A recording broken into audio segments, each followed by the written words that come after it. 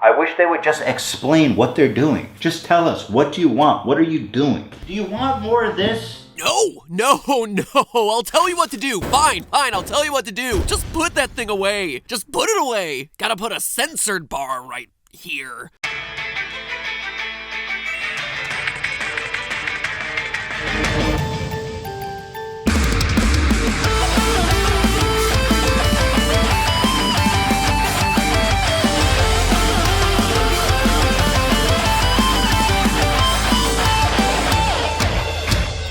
Hello, Internet. Welcome to YouTube Theory, aka the annual meta episode that I try to tie into gaming in a feeble and ultimately doomed attempt to prevent you from complaining in the comments that it's not actually an episode about video games. At this point, it's like a December tradition. It's the Game Theory Holiday Spectacular featuring H3H3, MatPat, Keemstar, PewDiePie, Jacksepticeye, crippling fear about the future stability of YouTube, regrettable life decisions, broken terms of service, misinformation spread through internet bandwagoning, and Skip the Cat. Anyway, show me a Christmas miracle and spare me the hate, since these episodes may not be about gaming in particular, but they're meant to help my fellow creators in the YouTube community, as well as prompt a thoughtful conversation about the website where I get most of my entertainment these days. And I'm assuming you do too. Well, here and Netflix. Anyway, I think Ross from the Game Grumps said it best on Twitter. Quote, "If changes like this are made and you're a large YouTuber, it's your duty as the one in the crowd with a megaphone to make your voice heard." End quote. So, consider this me using my megaphone. So yesterday as I begin to write this, but last week when this episode eventually goes up, the channel H3H3 released a video all about the struggle to stay relevant in YouTube. How YouTube is lying to us, how they're making changes to the algorithm that are inexplicably causing huge drops in views and subscribers, how the trending tab is rigged, and how things like getting 100 trillion likes will help propel videos into viral status, getting them a whole bunch of views via the suggested video feed. Whew.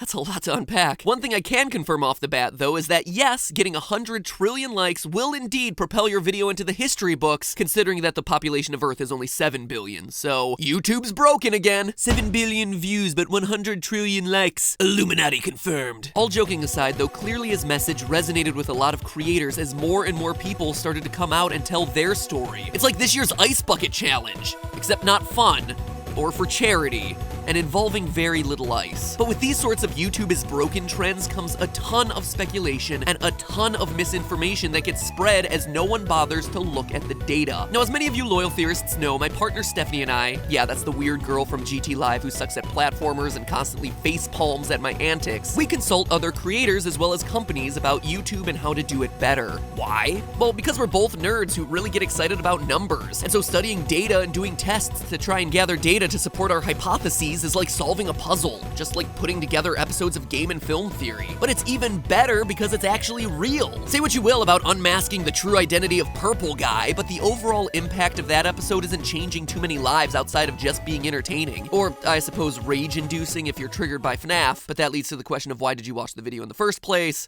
I digress. Anyway, being able to help people be more successful and more creative on YouTube, that's awesome. And so if I can help do that, all the better. And the thing that people tend to forget about YouTube is that it's hard. Because YouTube feels so raw and unfiltered, it's easy for viewers, and especially big companies, to look at it and be like, how hard is this really? You just sit in your bedroom and talk about smoky eyes or shout at a video game for a few minutes. Except it's so much more than that. You can't just put up videos and expect them to do well. It has a steep learning curve. It takes a long time to gain momentum, and the biggest challenge, and the one that everyone is feeling right now, is that YouTube is constantly changing. So the rules that worked 3 years ago, 1 year ago, even as little as 3 months ago, aren't working anymore. And change is scary. I mean, it's scary enough on its own, but when you, your lifestyle, and your business all depend on those ad revenue checks coming at the end of every month, it's really scary. So with everyone scared and a bunch of misinformation floating around, I figured it was time to set the record straight and share with you guys and the whole YouTube community some of what Steph and I have been seeing in the numbers lately, so we can do a consulting session for all of YouTube right now. And again, quick disclaimer, this is based off of all the data that we have at our disposal, both within our theory channels as well as all the channels that we work with, and just good old number crunching. So results may vary, but this is what we've been seeing. So what is going on? 2016 has been a weird year for YouTube. It's been a year of drama, of reactions, both fine bros and otherwise, of gamers moving away from gaming, of 15 million view toy unboxing videos, of YouTube Red, and of Zoe Burger's nudes at 1 million subs. There has been a lot of change. But to get what's really going on, we have to delve into the mind of the machine. That's right, we're going to that part of YouTube.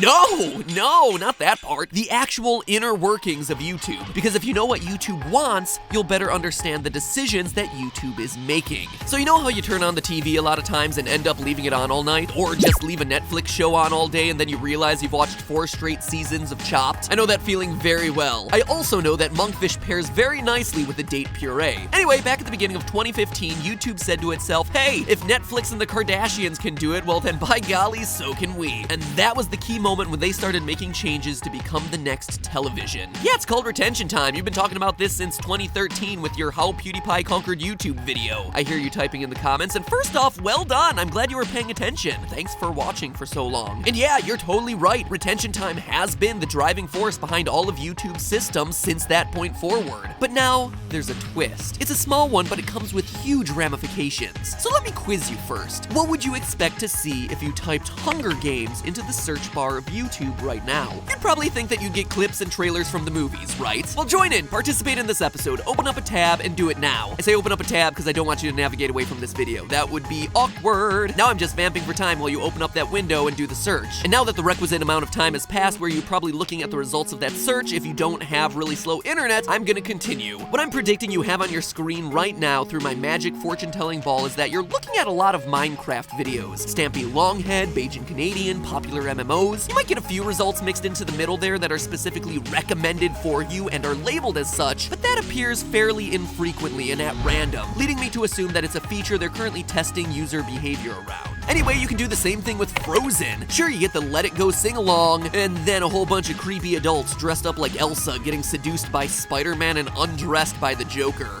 No joke. And these videos are getting tens of millions of views. Tens of millions. Makes me severely question my life decisions. But why? Why would YouTube want to promote Pregnant Elsa versus Spider-Man with Pregnant Pink Spider-Girl and Joker to the tune of 21 million views? Well, 2 words. Watch minutes. When you search for videos these days, a lot of what you see has gotten longer. That's because YouTube's algorithm now cares about your watch minutes. Literally the amount of minutes you can get people to watch on your individual videos. The longer you watch, the more YouTube starts to feel like Netflix. In August, YouTube took the view stats from channels and poof, turned them into watch minutes. And views are hidden under there. Think that was just a little change in the creator studio? Nope. For better or worse, that was YouTube sending us a message loud and clear. If you want to show up on YouTube, it's not about views, you have to get minutes. And a lot of them. So even if you watch every second of a 3-minute video, you've still only watched 3 minutes of YouTube. If you watch 20 minutes of a 45-minute Let's Play video though, now all of a sudden you've got YouTube's attention. Sure, you watch less than half of the video, but 20 minutes is greater than 3 minutes. Even if that 3 minutes is something incredible like Corridor Digital or Devin Supertramp or Freddie Wong or this hedgehog taking a bath. Those channels organically need hundreds of thousands to millions of views watching all 3 of those minutes to stay competitive and relevant in our search feeds and in our suggested feeds. Remember, YouTube doesn't see what you make, it only sees how many minutes people are watching it. Oh yeah, but there's something else too. A huge something else. The watch minutes have been important for more than a year, but in the last few months, what people have really been feeling lately is another change. Daily active users. This is what Ethan from H3H3 is calling channel engagement, which is honestly on the right track, except it has nothing to do with likes and comments. Although, I have to say, his cleavage is giving me confusing feelings inside. Ugh, focus, MatPat. So, likes and comments are still virtually meaningless in the algorithm from what I've been able to see in the data. What really matters though is telling people to come back to your channel tomorrow and then delivering them another new episode that day. For a stellar example, look at the explosion of Brave Wilderness, Unbox Therapy, and Braille Skateboarding. 3 very different channels in 3 very different genres delivering very unique content, but notice their growth charts. They look very similar. No? Let me highlight for you what jumps out to me as I look at this data. Notice first that they start to gain momentum in early 2015 when the algorithm started to emphasize pure watch minutes. Then skyrocket starting around July, August, and September of this year, the time when a lot of other channels started to have these issues. And what do all these channels have in common? They release a video every day. See, YouTube doesn't just care about whether you watch a lot of minutes on somebody's channel one time. It cares about whether you come back the next day, and then the next day, and on the weekend, and on Christmas, until you can recite the Game Grumps Pokemon Fire Red episode 93 from memory. Why? Because they want you to make a habit of watching YouTube. Just like for most people, it's a habit to turn on the TV, or turn on Netflix. So channels that get you coming back each and every day get the bump. But that comes with a few very heavy prices. First, the lifespan of videos gets shorter. YouTube wants to promote what's happening right now, then change it when you come back tomorrow because by then you'll be ready for something new. So when you hear channel creators, and especially gamers who have been doing daily content for years, worried about view numbers dropping, this is why. Their back catalogs of videos aren't performing as strongly as they once were. And when you're PewDiePie with literally 3,000 videos, you're gonna start to feel a drop. It's not so much that YouTube has changed, it's that YouTube is changing all the time, turning over videos faster and faster these days. And don't get me wrong, big videos still hit big, but you've only got a couple days to be relevant on YouTube now. So if something's wrong with your video, well then forget about trying to fix it because YouTube has already moved on and is pushing the viewers along with it. But there's a much bigger price that YouTubers are forced to pay in this new system: creative burnout. YouTube has always been a treadmill that requires channels to deliver regular videos to stay relevant. Oh, you've been making a video a week for the last 7 years and you want some vacation? Oh, that's cute. Too bad! But over the last 5 years, YouTube has cranked up the speed of that treadmill more and more. And with this change in particular, we're starting to see the breaking point. If your content doesn't fit the mold of uploading every day, well, it's really hard to make it work. Heck, even people whose content really should work for the system have a hard time. Look at daily vloggers. Their content should be perfect for this, but we've seen over and over again that channels with a daily production schedule are brutal. We've heard time and time again that daily vlogging literally ruins people's lives. I realized last night that I can't keep doing the vlogs.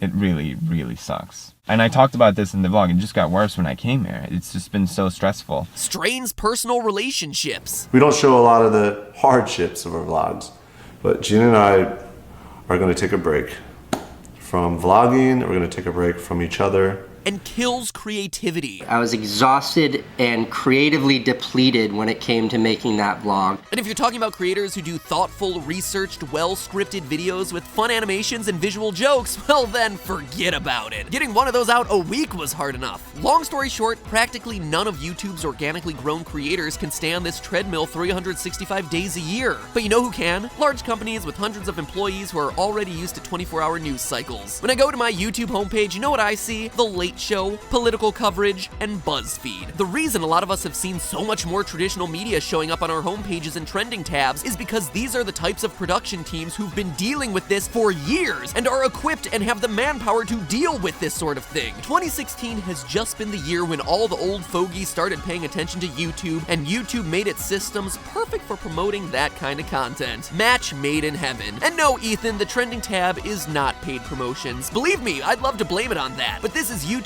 own organic content promotional systems. Algorithms promoting the things that are getting people to watch. Well, all except for the trending tab, which seems to be a curated mix on one hand to help the discovery of channels that would interest the mainstream casual viewer, and on the other hand to promote brand channels to encourage their growth and success on YouTube so that they continue to produce more content and buy more ads on YouTube. But that's another story. So great, just produce a ton of interesting, or at least mildly clickable content every day that compares $3 steak to $300 steaks, and make every video super long and you'll be successful. A lot of information that you see about these YouTube issues doesn't come from YouTube. And yeah, it would be great if they communicated things better. I actually tell that to every YouTube employee every chance that I get. I even give them suggestions and stuff, shoot them friendly emails, and yeah, YouTube really must be sick of me at this point. But when I see videos about like baiting and YouTube being broken, most of the time I don't even know where it comes from. One person sees a couple YouTubers begging for likes on their channel and then assume it matters. One person says that YouTube is broken and then everyone bandwagons until we've created something that's truly dangerous, truth out of nothing. And that's the topic next episode, but